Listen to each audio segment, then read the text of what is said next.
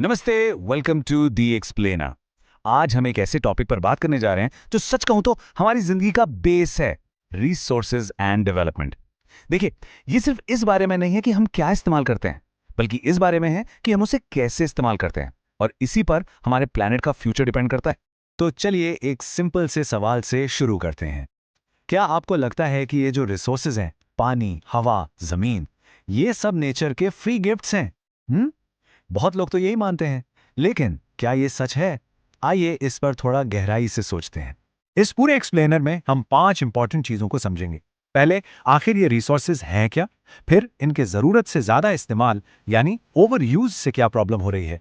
उसके बाद हम एक सस्टेनेबल फ्यूचर की बात करेंगे, इंडिया के लैंड और सॉइल को आएंगे, और आखिर में कंजर्वेशन यानी इन्हें बचाने के तरीकों पर फोकस करेंगे। रेडी हैं? चलिए शुरू करते हैं। ओके, तो सबसे पहले सबसे बेसिक सवाल, व्हाट आर रिसोर्सेज? मतलब जब हम ये वर्ड बोलते हैं तो इसका असली मतलब क्या है? तो देखिए, एक रिसोर्स की डेफिनेशन ये है, हमारे एनवायरनमेंट में मौजूद हर वो चीज़ जो हमारी ज़रूरतों को पूरा कर सकती है। लेकिन यहाँ एक ट्विस्ट है, हर चीज़ रिसोर्स नहीं बन जाती। इसके लिए 3 कंडीशंस हैं। एक, वो टेक्नोलॉजिकली एक्सेसिबल हो, यानी हमारे पास उसे निकालने या इस्तेमाल करने की टेक्नोलॉजी हो। 2, वो इकोनॉमिकली फीजिबल हो, मतलब उसे हासिल करने का खर्चा आसमान ना छू रहा हो। और 3, वो कल्चरली एक्सेप्टेबल हो, यानी हमारा समाज उसके इस्तेमाल को ठीक मानता हो। और ये डायग्राम देखिए, ये पूरी कहानी बताता है। रिसोर्सेज बस पड़े नहीं होते, इस पूरे प्रोसेस के सेंटर में कौन है? हम, ह्यूमन बीइंग्स। हम नेचर के साथ इंटरैक्ट करते हैं टेक्नोलॉजी का यूज करके, और फिर हम इंस्टीट्यूशंस जैसे कंपनीज या सरकार बनाते हैं ताकि इकोनॉमिक डेवलपमेंट तेजी से हो सके। तो ये तीनों चीजें आपस में जुड़ी हुई हैं। रिसोर्सेज को आसान बनाने के लिए हम उन्हें क्लासिफाई कर सकते हैं, जैसा आप इस चार्ट में देख रहे हैं। मोटे तौर पर 2 मेन टाइप्स हैं, नेचुरल और ह्यूमन। नेचुरल में भी 2 तरह के होते हैं, एक तो रिन्यूएबल, जो वक्त के साथ वापस बन जाते हैं, जैसे सूरज की रोशनी या हवा, और दूसरे हैं नॉन रिन्यूएबल, जैसे कोयला या पेट्रोल, जिन्हें बनने में लाखों साल लग जाते हैं। और फिर आते हैं ह्यूमन रिसोर्सेज, जिसमें हमारे बनाए स्ट्रक्चर्स जैसे सड़कें या फैक्ट्रीज, और सबसे इंपॉर्टेंट, हम खुद, हमारी स्किल्स और नॉलेज आते हैं। ओके, तो अब हमें रिसोर्सेज का ABC पता चल गया है।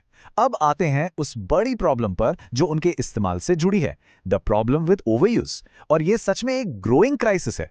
जब हम रिसोर्सेज को बिना सोचे समझे यूज करते हैं तो 3 बड़ी प्रॉब्लम्स सामने आती हैं। पहली, डिप्लीशन, मतलब कुछ लोगों के लालच की वजह से रिसोर्सेज खत्म हो रहे हैं। दूसरी, अक्यूमुलेशन, रिसोर्सेज कुछ ही हाथों में इकट्ठे हो गए हैं, जिससे सोसाइटी में अमीर और गरीब का गैप बढ़ गया है। और तीसरी, ग्लोबल इकोलॉजिकल क्राइसिस। आपने global warming, pollution, climate change, ये सब सुना ही होगा। ये सब इसी का नतीजा है। ये लाइन बहुत सीरियस है। अगर हम जिस तरह से आज रिसोर्सेज यूज कर रहे हैं, अगर ये ट्रेंड ऐसे ही चलता रहा, तो हमारे प्लेनेट का फ्यूचर सच में खतरे में है। ये कोई मजाक नहीं है। लेकिन जहां प्रॉब्लम है, वहां सोल्यूशन भी ढूंढा जाता है। तो अब हम प्रॉब्लम से सोल्यूशन की तरफ चलते हैं, और ये हमें ले जाता है एक उम्मीद की तरफ, अ सस्टेनेबल फ्यूचर। तो इसका सोल्यूशन है सस्टेनेबल डेवलपमेंट। ये कॉन्सेप्ट बहुत सिंपल और पावरफुल है। इसके 2 मेन आइडियाज हैं। पहला, डेवलपमेंट ऐसा हो जिसे एनवायरनमेंट को नुकसान ना पहुंचे, और दूसरा, हम आज अपनी ज़रूरतों को पूरा करें, लेकिन इस तरह से कि आने वाली जनरेशन्स की ज़रूरतों पर कोई आंच ना आए। सिंपल भाषा में, अपने हिस्से का खाओ, लेकिन अपने बच्चों के लिए भी छोड़। और ये आइडिया कोई आज का नहीं है, इसकी बात काफ़ी टाइम से हो रही है। देखिए, 1968 में क्लब ऑफ रोम ने रिसोर्स कंजर्वेशन की बात की। फिर 1987 में ब्रंटलैंड कमीशन रिपोर्ट आई, जहां से सस्टेनेबल डेवलपमेंट वर्ड पॉपुलर हुआ। और 1992 में तो रियो डी जेनेरो में एक बहुत बड़ा अर्थ समिट हुआ, जहां एजेंडा 21 को अपनाया गया, जो पूरी दुनिया के लिए एक एक्शन प्लान था। चलिए, अब इस ग्लोबल आइडिया को लेकर हम अपने देश इंडिया के कॉन्टेक्स्ट में आते हैं। अब हम फोकस करेंगे इंडिया के सबसे बेसिक, सबसे जरूरी रिसोर्सेज पर, हमारी जमीन और मिट्टी। इंडिया की जमीन कितनी डाइवर्स है, ये चार्ट उसकी एक झलक देता है।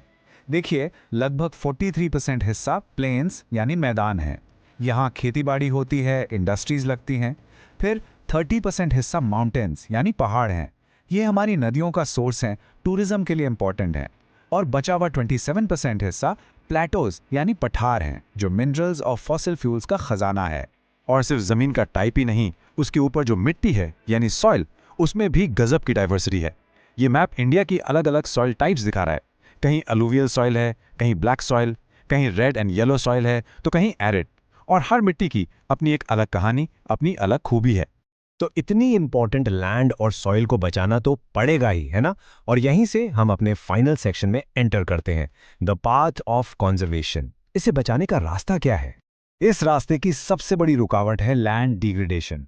आसान शब्दों में, जब आप जमीन को आराम दिए बिना, उसकी देखभाल किए बिना लंबे टाइम तक यूज करते जाते हैं तो उसकी क्वालिटी गिर जाती है, वो बेजान होने लगती है। और इसके पीछे सबसे बड़े कारण हैं हमारी एक्टिविटीज, जैसे डिफॉरेस्टेशन यानी पेड़ों की कटाई, ओवरग्रेजिंग और माइनिंग। लैंड डिग्रेडेशन का एक भयानक नतीजा है सॉइल इरोशन यानी मिट्टी का कटाव। ये तस्वीरें देखिए, एक तरफ है गली इरोशन, जहां बहता हुआ पानी मिट्टी में गहरी नालियां बना देता है, जमीन को बर्बाद कर देता है। दूसरी तरफ है शीट इरोशन, जो और भी खतरनाक है। इसमें मिट्टी की पूरी ऊपरी सबसे फर्टाइल लेयर ही पानी या हवा से बाहर चली जाती है। लेकिन अच्छी खबर यह है कि हम इसे रोक सकते हैं। हमारे पास बहुत इफेक्टिव तरीके हैं, जैसे कॉन्टोर प्लाविंग में ढलान पर गोलाई में खेत जोता जाता है, जिससे पानी की स्पीड कम हो जाती है। पहाड़ी इलाकों में टेरेस कल्टीवेशन यानी सीढ़ीदार खेती की जाती है। हवा से मिट्टी को बचाने के लिए स्ट्रिप क्रॉपिंग है, जहां फसलों के बीच घास की पट्टियां उगाते हैं। और रेगिस्तानों में शेल्टर बेल्ट्स यानी पेड़ों की लाइन लगाकर मिट्टी को उड़ने से रोका जाता है। और आखिर में रिसोर्स कंजर्वेशन की पूरी फिलॉसफी गांधी जी के इस एक कोट में छिपी है, there is enough for everybody's need and not for anybody's greed. मतलब इस धरती पर हर इंसान की जरूरत के लिए सब कुछ है, पर किसी एक इंसान के भी लालच के लिए ये काफी नहीं है। ये हमें याद दिलाता है कि असल प्रॉब्लम रिसोर्सेज की कमी नहीं, बल्कि हमारा लालच है। तो इस एक्सप्लेनर को खत्म करते हुए एक सवाल मैं आपके लिए छोड़ रहा हूं।